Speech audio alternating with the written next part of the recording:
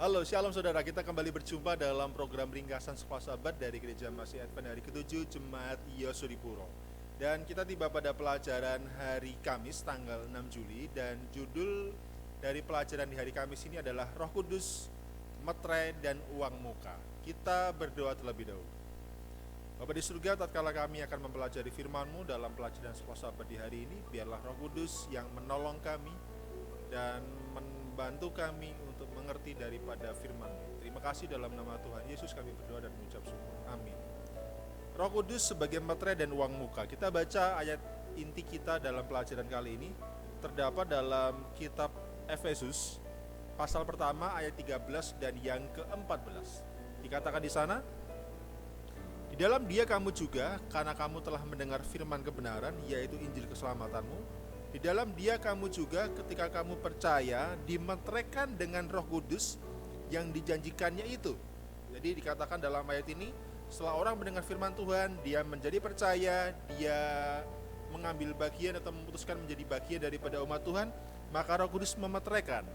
Dan di ayat yang ke-14 dikatakan, dan Roh Kudus itu adalah jaminan bagian kita sampai kita memperoleh seluruhnya, yaitu penebusan yang menjadikan kita milik Allah untuk memuji kemuliaannya. Jadi saudara, kita perhatikan dari dua ayat ini, kita melihat bahwa Roh Kudus melakukan dua hal. Yang pertama, memeteraikan. Ketika orang menerima Injil keselamatan, dia dimeteraikan. Dan di saat bersamaan, Roh Kudus sebagai jaminan bahwa kita pada akhirnya akan memperoleh seluruh warisan hidup kekal yang menjadi bagian daripada pekerjaan penebusan. Mengapa dikatakan Roh Kudus memeteraikan, saudara? Apakah yang dimaksudkan dengan kata memeteraikan di sini? Di dalam Alkitab, ketika sesuatu dimeteraikan, misalkan sebuah barang dimeteraikan, maka barang itu ditandai sebagai kepunyaan daripada si pemilik meterai. Jadi ketika umat Tuhan setelah dia menerima Injil keselamatan, lalu dia dimeteraikan dengan Roh Kudus, artinya adalah bahwa Roh Kudus menandai orang tersebut, saudara dan saya, sebagai umat kepunyaan Tuhan. Jadi saudara, satu hal yang luar biasa, barang siapa, termasuk kita, saat kita mengambil keputusan menerima Injil keselamatan, Injil Kristus, menjadi bagian daripada anak-anak Allah, maka Roh Kudus menandai kita sebagai umat kepunyaan Tuhan, sehingga memberikan kepastian kepada kita bahwa Tuhan pasti mengawasi kita selalu, matanya tertuju kepada orang-orang benar, perlindungannya selalu menjadi bagian kita.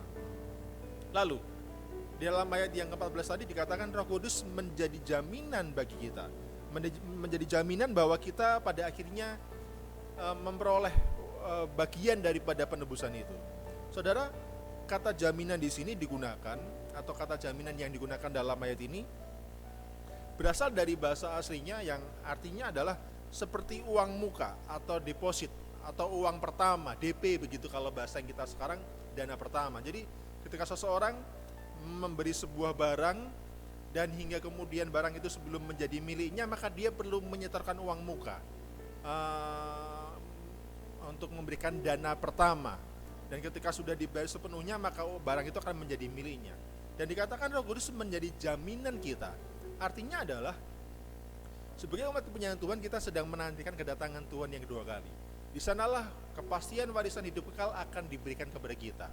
Tapi sebelum masa itu tiba, maka kehadiran Roh Kudus, pekerjaan Roh Kudus di dalam kehidupan kita seperti menjadi sebuah jaminan bahwa pada akhirnya kita pun juga akan menerima warisan hidup yang kekal.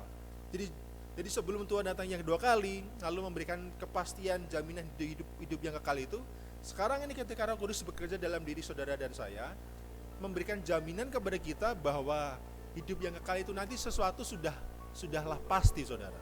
Jadi kita lihat Roh Kudus memberikan kepastian bahwa kita sebagai umat kepunyaan Tuhan. Roh Kudus juga menjadi sebuah jaminan kepastian bahwa kita pada akhirnya akan menikmati dan mewarisi sebuah kehidupan yang kekal.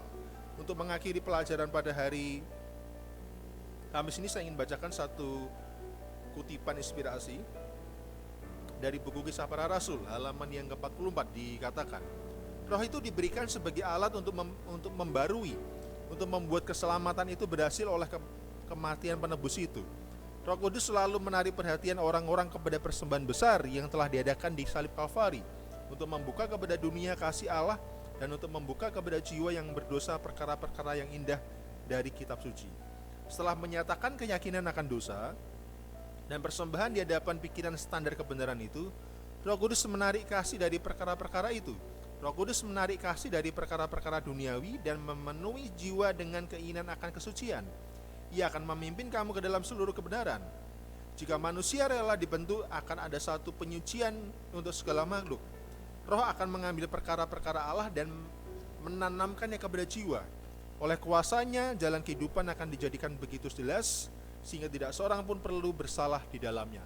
Buku Kisah Para Rasul halaman 44. Jadi saudara, kita kembali diingatkan sekali lagi bahwa Roh Kudus punya pekerjaan untuk memimpin kita dalam seluruh kebenaran, membimbing kita, mendampingi kita, dan pada akhirnya untuk menginsafkan kita, sehingga kita bisa melihat memang pekerjaan Roh Kudus adalah untuk memeteraikan kita, menandai kita sebagai umat punya Tuhan, dan Roh Kudus menjamin kita sebelum pada akhirnya Tuhan datang yang dua kali dan mewariskan hidup yang kekal.